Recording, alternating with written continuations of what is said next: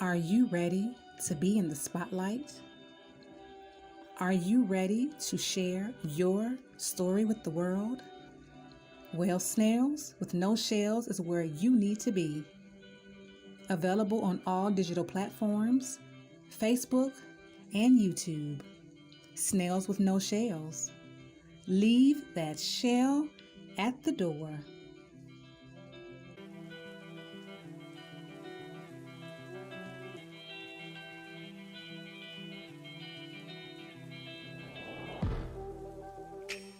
Where did we go wrong?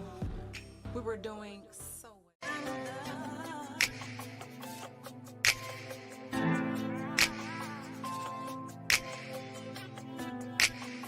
Is it just my imagination? Or is it just insanity for me to constantly care for that deep soul feel?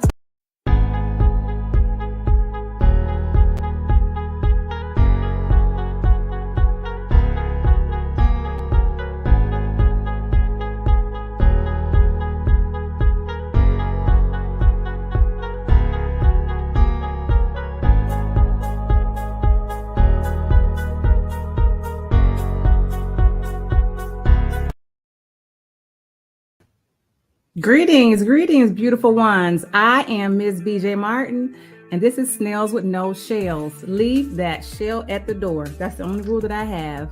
All right, now let's get into it. Let me welcome my next guest, such a beautiful woman. Let me get her to the stage. Rochelle Campbell.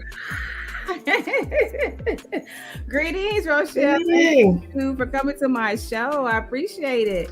How are you today? I am amazing. How are you? Wonderful. I'm doing great. Thank you for asking. Awesome. Yes. So let's get into it.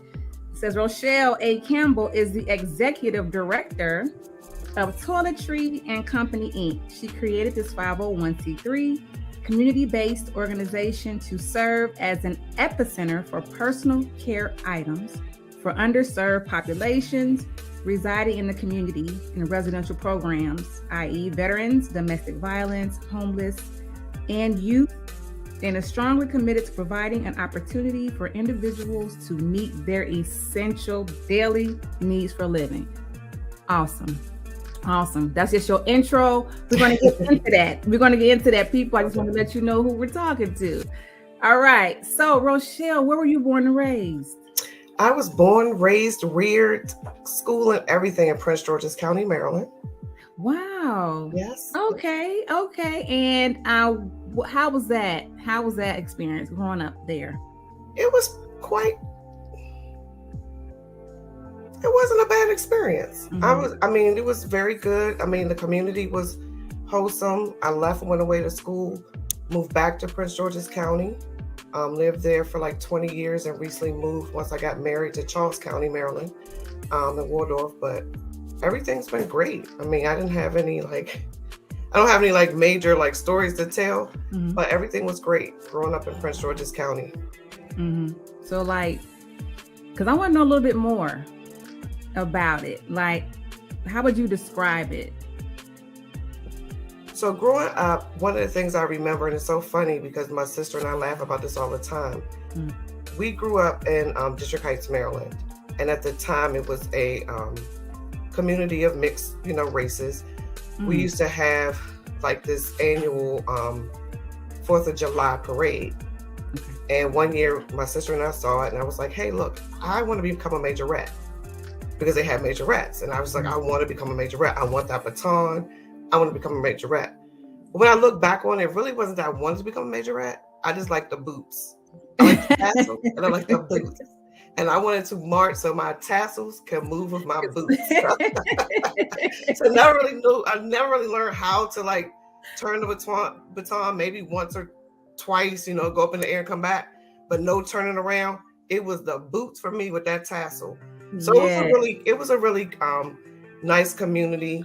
I still, stay in contact with some of my friends that I lived on the street with. So we just kind of grew up, played outside, came in the house, went to school, came back home, played. So it was just like a really good community to grow up. Right. You had a normal childhood. A normal childhood. Right. That's awesome. So did you ever get a chance to put those boots on? I did. So I marched in several parades, and let me tell you, the baton ain't moved too far because I was scared it was gonna fall. But my boots and my tassels was moving.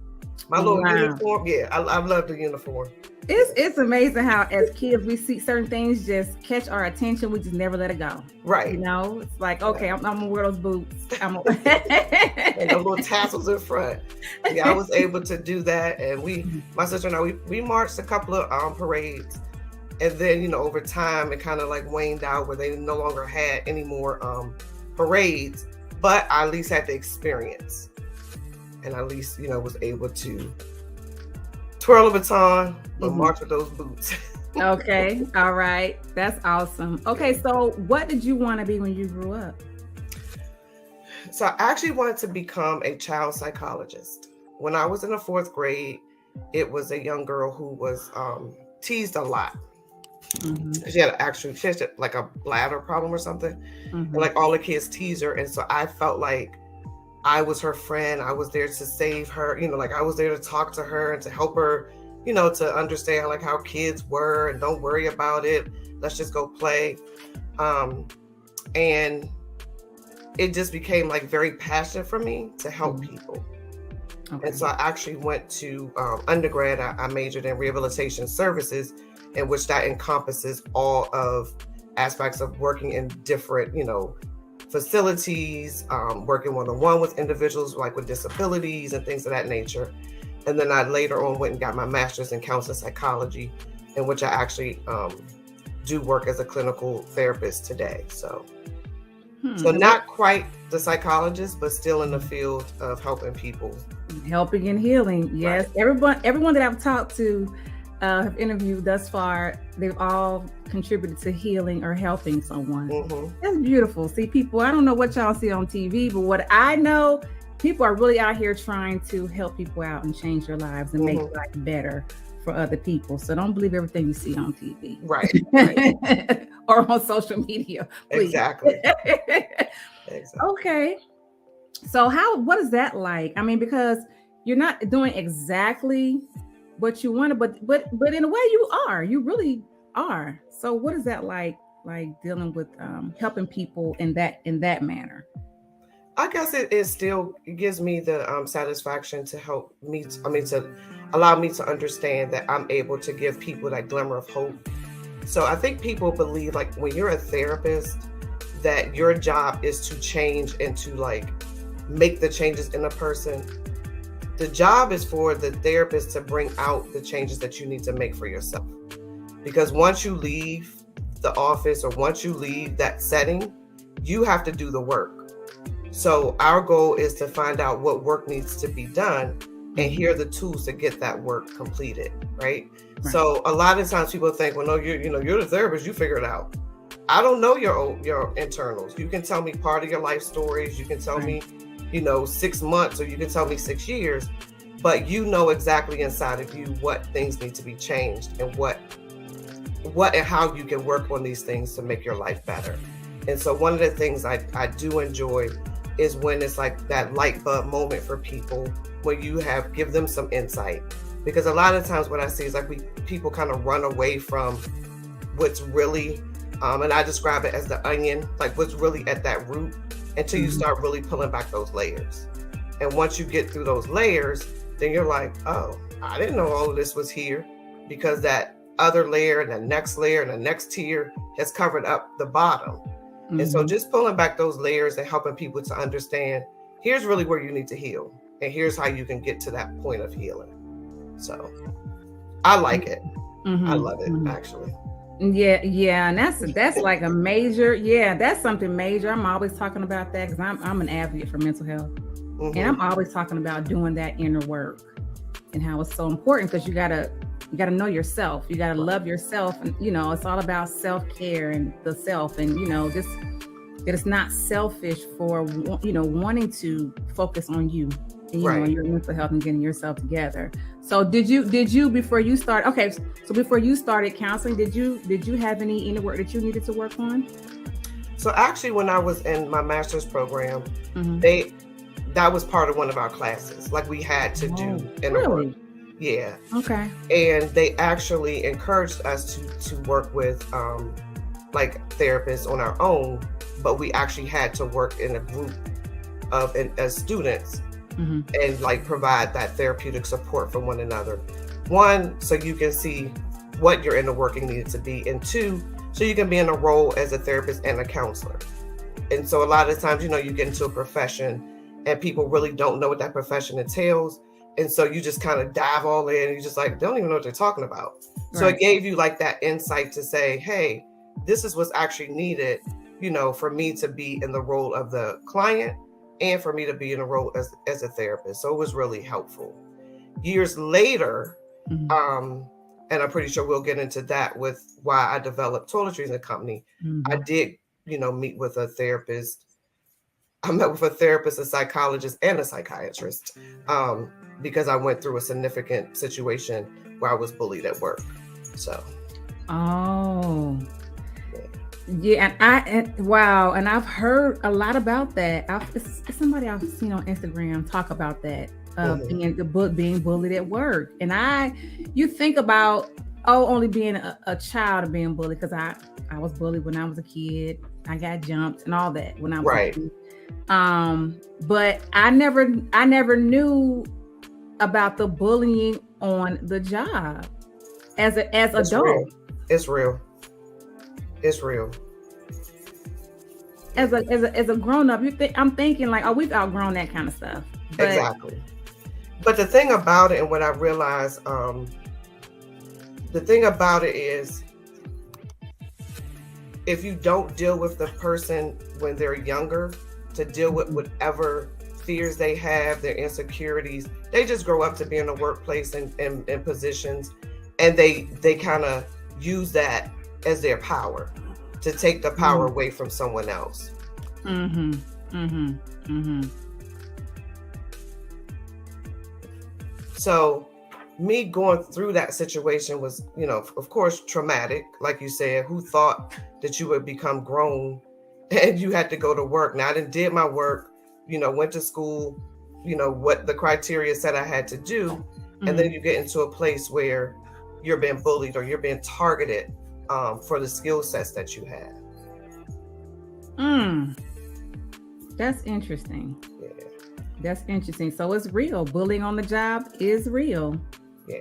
And we need to start, when people, especially as adults, when we talk about certain things, people need to start really listening and taking this stuff seriously. Well, I think it's kind of hard. So one of the things I think that helped me tremendously is because my background is in counseling and therapy. Okay. So one of the things that people they fail to realize, and I think it's more of an embarrassment or shame when people feel like somebody's telling you like you're not good enough at work, or your work isn't to par, or you know that you're doing a dynamic job, but they're constantly coming after you like for every little thing that you do. And when you're an adult, it's like, who do you trust and who do you talk to? So even when I had to go to the therapist, the psychologist, and the psychiatrist, they were looking at me like, so what do you mean? So what did you do? And to try to explain to them, like, what do you mean what I did? I said, I'm the victim here. I was the one who was targeted. I was the one who was not given a fair chance to like speak whatever I needed to talk about. And so I had to actually educate those that I did come in contact with what it looked like to be bullied in the workplace. The psychologist pretty much, just does some brief counseling and writes reports. And so in order for her to write her report, she still was puzzled. She was literally puzzled. And I had to explain to her, I said, first of all, I don't just like come up with like, hey, I've been bullied in work. Who wants to walk around and have that title? Right. So what I did is I showed her all of my past employee evaluations. And for whatever reason, I don't know why, I had previous ones from like previous jobs. They all had the same type of, like you start off your employee evaluation and it says this person is, capable of doing the job. They do this, they do that, their personality, all of those like attributes that you have in the beginning. Mm-hmm. Every last one said the exact same thing, except the current one. Nobody wants to work with her. She's not a team player. Right. She doesn't do this. And so then she put her, oh, I guess you're right. There is something wrong with this. So it comes to the point as, I guess, and as an adult, people don't really know how to tackle it because it's not something that just starts off like, hey, I'm gonna bother you. It's psychological. Mm-hmm. And so it comes in like little dosages of, you're not good enough, you didn't do this right. And they also flood you with so much work to make you not do right. And so you're trying to you're trying to do your job, you're trying to focus, and then they're constantly giving you different work, and then you're constantly answering to different people. So eventually, as any human, you would start to slip, or you would start to get off of your normal status of being a great employee. And that's what their focus is. Their focus is to psychologically minimize all of your skills, your aptitudes and abilities, to make them look like, oh no, you can't do your job. Wow. That's that's deep, because all that energy you put into all that negativity and that type of mindset, that sounds tiring. It is very tiring. An ironic thing is the person who starts the bullying. So I looked at it when I went through my situation at work. I looked at it was like a puppeteer. And so the puppeteer kind of had different people deployed to do whatever their task was. So all the puppets didn't know that this was what the puppeteer was doing. Okay. So I would have this manager do this manager do this manager, but they never knew that 6 people were giving me directions every day. They never knew that 6 people were targeting me every day, because the puppeteer was so strategic in making sure like, oh no, I'm just asking you to do this. But when it all unraveled, it was so many people giving me so many work tasks, so many directions, so many different personalities, that when it did fall, it was almost like, haha, I knew you weren't good. I knew you weren't going to make it. So it just became to the point. Now, the one good thing, like I said, because my background was in therapy and I kind of knew what was going on, I immediately went to a therapist, immediately, and talked through, what was going on and how I was going to handle it. And so the first thing I did was I retreated. I need a sabbatical. Right. Went to my doctor. I need some time off. That way it allowed for the bully, the puppeteers, and everybody else that was in that whole scenario to lose their power. Because now I'm no longer there. And it's not easy just to pick up, to find fault in like somebody else. Like they strategically had to plan this, right? Right. So what I realized during that time when I was at home, I said, God, something must be very important about my life for all of these managers making mid or over 6 figures to want to bother me. Right. I didn't think I was that important, but obviously somebody thought I was that important. Right. And so during that time frame, when I realized I was at home and, my leave had started running out, I ended up having to get an attorney to like fight for my job and, just my credibility. And one of the things that people were asking, you need help with your rent, you need help with, your groceries or gas or your car note, but nobody ever asked me if I needed help with toiletries. And so, here we go. Just having a relationship with God, he said, get yourself off your mind and help somebody else. Yeah. And that's what I started doing, helping people with toiletry items. So I would ask people who were traveling, or I would just go to companies and ask if I can get toiletry items. And then I would just connect to the community or just different organizations and just started donating toiletry items. Wow.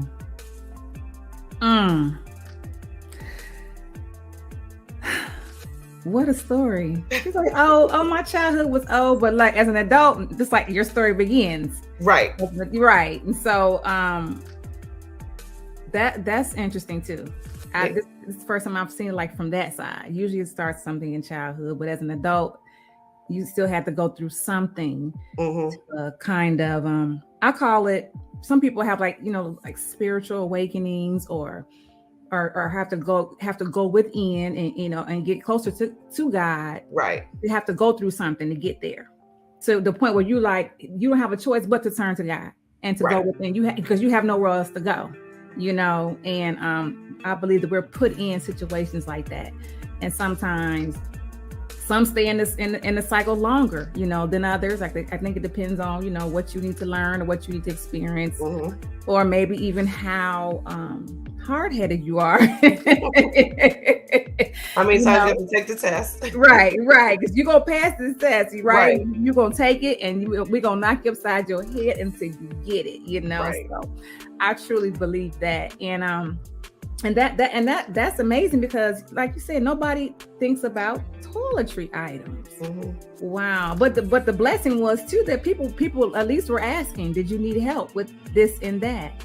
Right. So family and friends were asking, and then I realized, I was like, so how about if I was homeless and didn't have sanitary napkins or soap or toothpaste or toothbrushes or couldn't wash my hair or deodorant? And so, although everything else was like so beneficial, and I could probably go, if I had gotten to, despair, I can go to social services and ask for some type of support or rental assistance or food banks.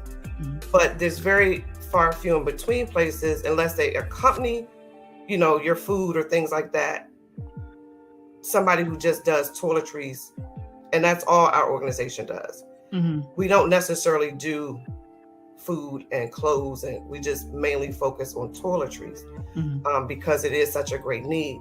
And especially during a pandemic, just educating people on the importance of not spreading diseases and washing your hands. And I mean, that's something we already knew, but it just heightened it during the pandemic.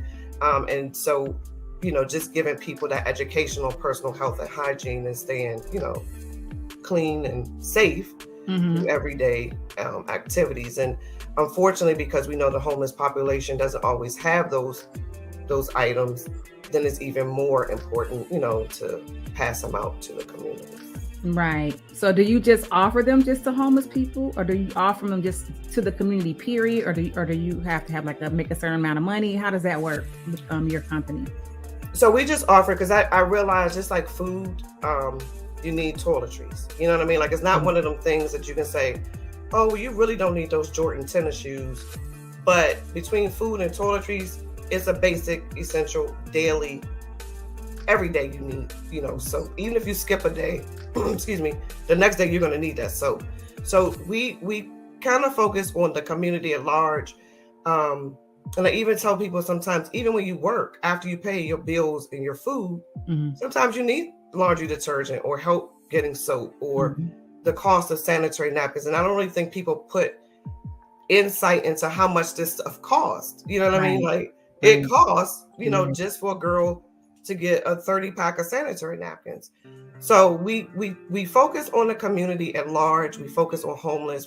We focus on shelters like domestic violence. We focus on youth facilities. So we just focus on people, period.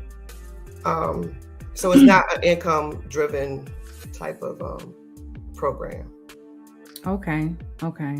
Wow, that's beautiful. And again, your company, they're giving out toiletries, providing for the community, making the community better, helping and talking about just being clean and your health, and it's you're still healing and helping in everything that you do. Everything you put your hands on, you're healing and helping. That's beautiful. That's beautiful. Wow. So, and how long have you been running the company, the toiletry? So we started in 2015. Okay. That's when I received my 501c3. Was in October 2015. And we've been, going ever since. And to me, it's a blessing just to see when people, just genuinely say thank you. It's not a whole, pomp and circumstance. It's not like a whole food basket, but just to know that we've been able to provide some soap, some, laundry detergent, a washcloth, toothpaste, toothbrush, and it might not be for a month. It could be a 5-day supply, but that was 5 days that you didn't have before. And it's just really a blessing for us to be able to give to those in need. Okay, so can anybody just donate to the company, or is there a certain way that they have to, certain channel they have to go through to be able to give you any products? How does that work? So we take donations. We haven't really done any outreaches because of the pandemic, but anybody can donate on our website or through like our PayPal or Cash App. And a lot of times I think people think it's going to take, of course, I would want $100 million, but just to help one person is $10. Just for me to help one person, supply the products is $10. I work with a lot of companies that provide like assistance for like bulk items. And so for me to purchase the items, it gets very costly depending on what the items are. But if one person or two people or three people or four people, just donate $10, I can help those 4 people, with products at least for a week. So yeah, we take donations year round. Okay. All right. Well, that's beautiful. Beautiful story. Like I said, how something, tragic happened, and that's usually how it works. Tragic. Right. And to some people, and that's why I'm like, let's not judge people's experiences, because the bullying on the job, somebody may be like, oh, that's nothing. No. That was your experience. Everybody has their experiences. Let's not judge our experiences. We went through what we had to go through to get to where we are. Right. To make this to make this world a better place. Right. So yes, and I appreciate you sharing your story with me. Oh no. And everybody else now. Everybody knows. Yes. Yes. Okay, awesome. So even though I have the ticker going on at the bottom, go ahead and share your information, how we can contact you and all that good stuff. Okay. So our website is www.toiletryandco, that's just co.org. PayPal is Toiletry and Company Inc. And Cash App is the $ Love Soap. Okay. All right, awesome. And before we go, just what would be one piece of advice or maybe a quote or encouraging word, whatever that you would like to leave with the audience? So one of the things that I always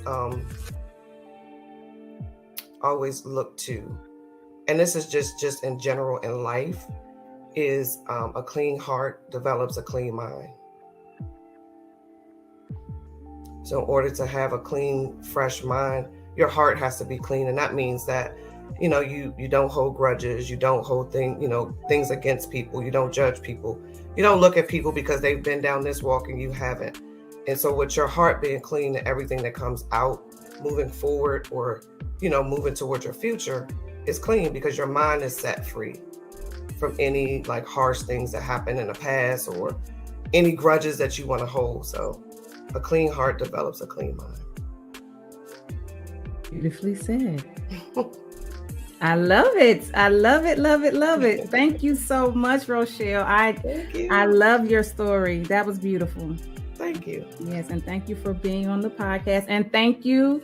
I always say thank you to the Own It Magazine platform. Yes, the Own It Magazine platform, which has helped me to like really get my creative juices flowing, things that I probably typically would not have done until I went through this experience.